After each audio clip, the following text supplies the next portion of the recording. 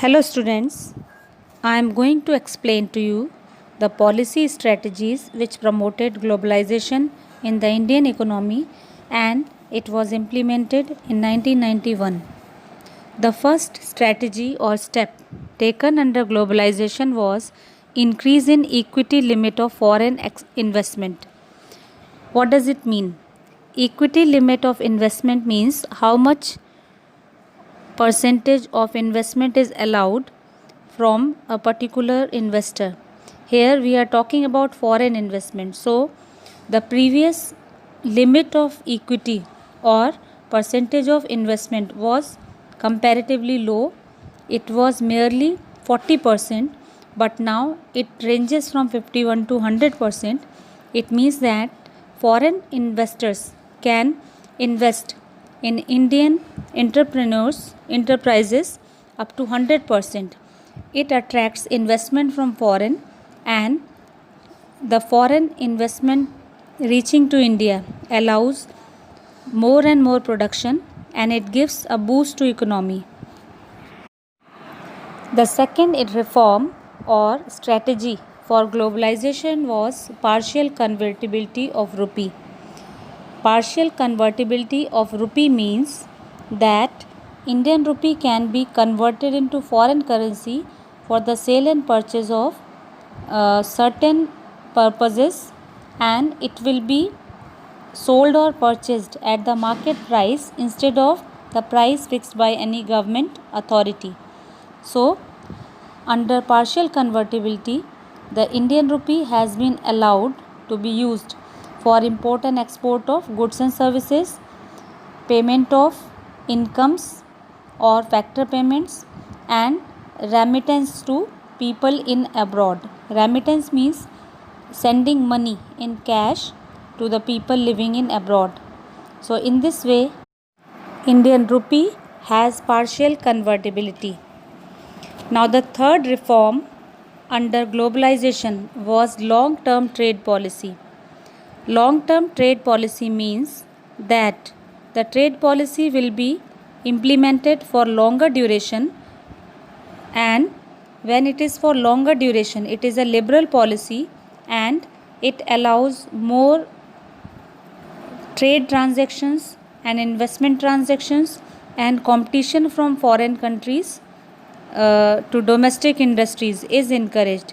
And when there is competition or free trade or flow of trade allowed, it gives competition to the domestic producers and they try to compete and improve their products. The fourth reform under globalization was reduction in tariffs. What is tariff? Let me explain to you first the meaning of tariffs and then you will understand it better.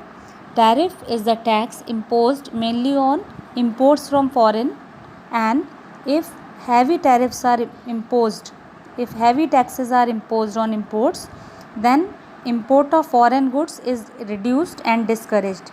And it was a policy under inward looking policy which was adopted by government to protect the domestic industry, and due to tariffs foreign goods could not be imported in huge amount and domestic goods had lesser and lesser or almost no competition. But after reduction in tariffs, more and more goods from foreign started flowing in, and when these goods were available in Indian markets, the domestic producers had to improve and update their production, and this gave a benefit to consumers in the economy, as well as the producers of India got encouragement to do better and perform better. The fifth and last reform under globalization was withdrawal of quantitative restrictions. Just now I have told you the tariff reduction in foreign trade. The topic here is quantitative restrictions, and these are also known as non-tariff restrictions. So here the step was taken to withdraw the non-tariff or quantitative restrictions.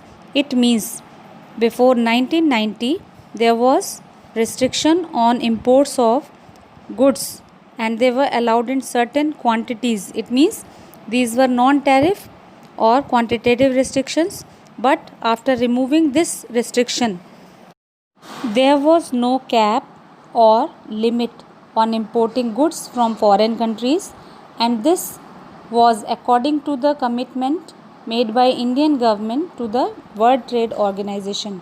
So in this way we can see that the reforms taken under globalization or the strategies under globalization were liberal, and they allowed much more and enough foreign investment inflow as well as goods and services inflows in the country, and made the environment more competitive and more helpful for the investors to produce and invest in India.